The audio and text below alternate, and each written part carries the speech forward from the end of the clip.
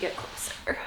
There have been a lot of days in the last year where I found myself feeling very uninspired, stressed, unproductive, sad, and stuck. And I'll sort of end up in this mental loop of feeling too sad to do anything, then getting anxious about the fact that I haven't done anything, but then the fact that I didn't do anything makes me even more sad. So I end up in this really unhelpful spiral of guilt and shame and terrible feelings, and I have to get myself out of these spirals. The first thing I really wanted to mention is that there's nothing really inherently wrong with having these feelings and feeling like we're stuck or we're uninspired or we're down or we're just in a funk. I think a lot of us have a tendency to want to be on all the time, but feeling like we're our best selves and go, go, go, and we have these crazy routines and we do all these things and we have super full, lively days every single day.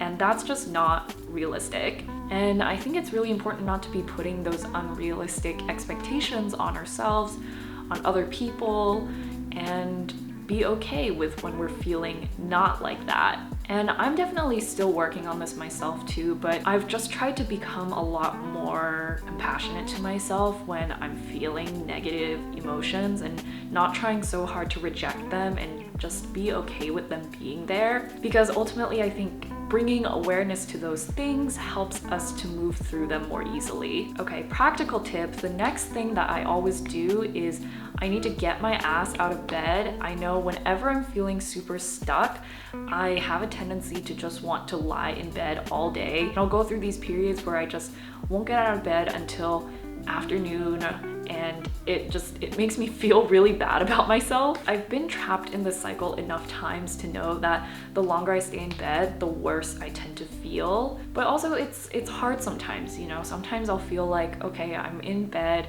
and I wake up and I feel like shit and I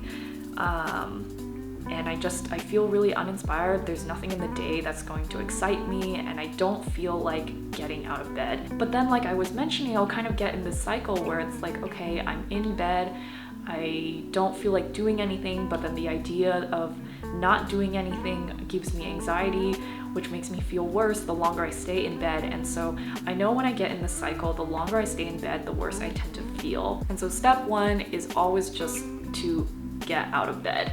On days when I'm feeling particularly down, I don't try to force myself to do a lot. I will give myself a pretty small to-do list of things to do, just to feel like I accomplished something throughout the day, but not something crazy that feels really unattainable or something that I might do on my like peak productive days. So I'll have a really, really light checklist of small tasks that are manageable and are totally doable and will make me feel like I didn't let my day go to waste. And so for me, this usually looks like one thing for my physical health, one thing for my mental health, one productive thing, one creative thing, and then if you're feeling up for it, one social thing. But for me, sometimes I just don't really feel like talking to anyone or having social interaction when I'm feeling down. And this checklist might even sound a little bit overwhelming for someone who doesn't really have the energy to go out and do something, but I like to keep these things pretty lightweight. So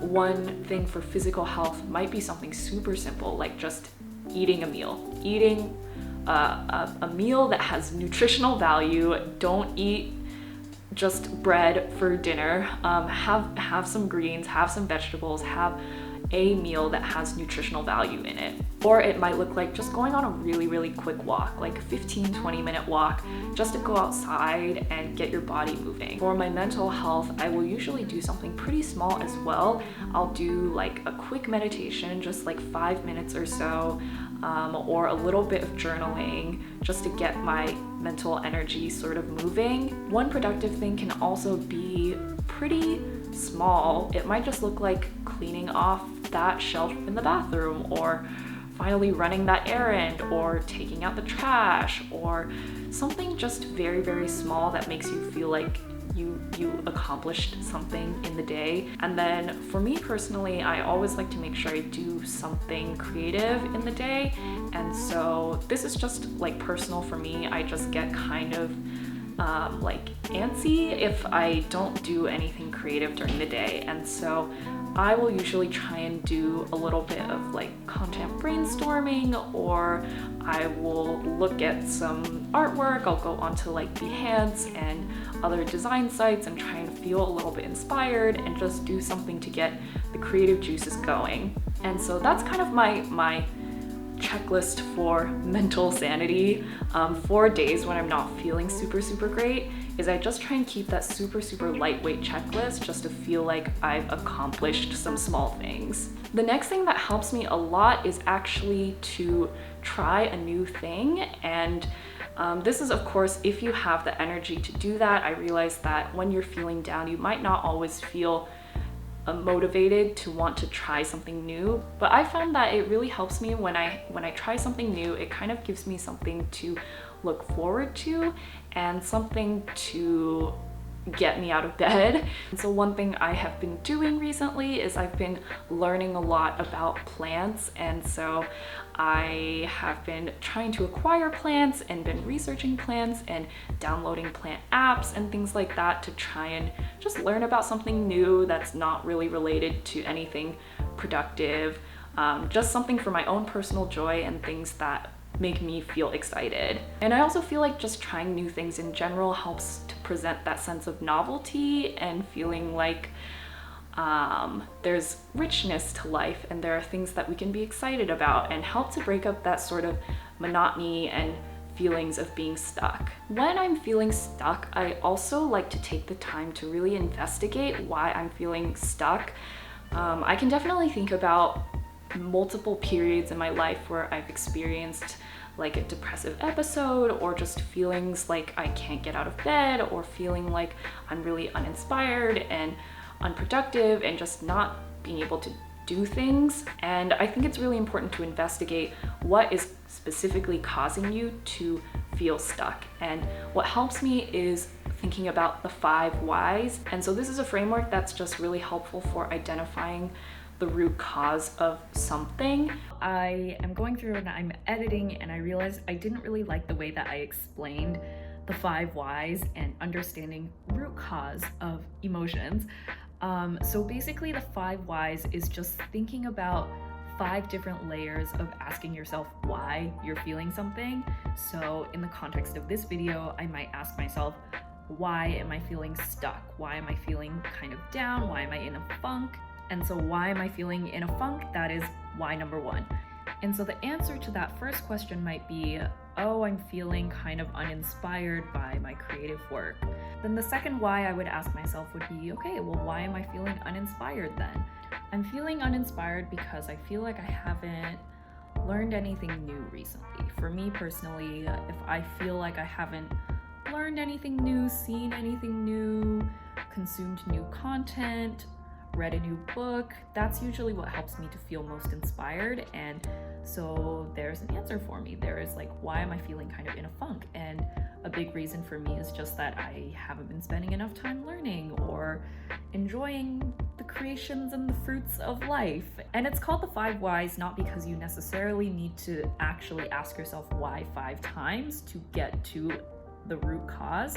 You might just be able to ask yourself 1 why and you get to the root cause. But 5 is just like, I feel like the maximum number where if you've hit 5, you've probably hit a root cause that is the source of whatever you might be feeling. And so usually when I'm trying to understand root cause for myself, I'll take it into my journal. I'll either just brain dump into a Google Doc, type things out, just get all my thoughts out on my computer. Or if you're more of a physical journaler, you can just write away into your journal, ask yourself why over and over again until you kind of get to that root cause for what might be happening for you. And the last thing I like to think about is this idea of the consumption versus creation ratio, where it's just thinking about how much are you creating, producing, putting things out in the world versus how much are you consuming and taking things in, taking in information, taking in ideas, content, whatever it might be. And everyone has sort of a different consume to create ratio that works well for them. And when we're thinking about creation versus consumption, creation doesn't necessarily just mean like creative things like doing art or like video making or things like that. Creation can refer to anything that's quote unquote productive. So doing things like doing homework, doing a day job, whatever you're doing and putting things out there, that would fall under the creation side of the ratio. Sometimes we can feel like we're too heavy on the creation side, like we've been putting so much effort into doing things that are productive, doing a ton of work or schoolwork or whatever creative activity you might be doing, and we haven't been spending enough time consuming things. The opposite can definitely be true also. If we spend so much time consuming things, consuming media, consuming podcasts, news, whatever it is we might be consuming, if we're not spending enough time and devoting some time to doing like a creation thing of producing something and putting something out there, we might feel like we are unbalanced and we are feeling stuck. And sometimes I realize that I'm feeling down because my create consume ratio has been off. I've either been spending too much time creating or too much time consuming, and I feel really out of balance. And so when we're investigating like the 5 whys, I find that for me, this is actually usually a big cause for me, is feeling like create to consume ratio is not on point and that I really need to be doing more or less of one of the two. And so those are some ideas and some things that I like to do when I'm feeling particularly stuck or I'm feeling down. I might record a future actual like self-care for these types of days. I might record like a full video for that, but I just kind of wanted to get some stuff out there for now. That is all I have for now. I hope everyone is staying safe, staying sane, and I'll talk to you guys next time.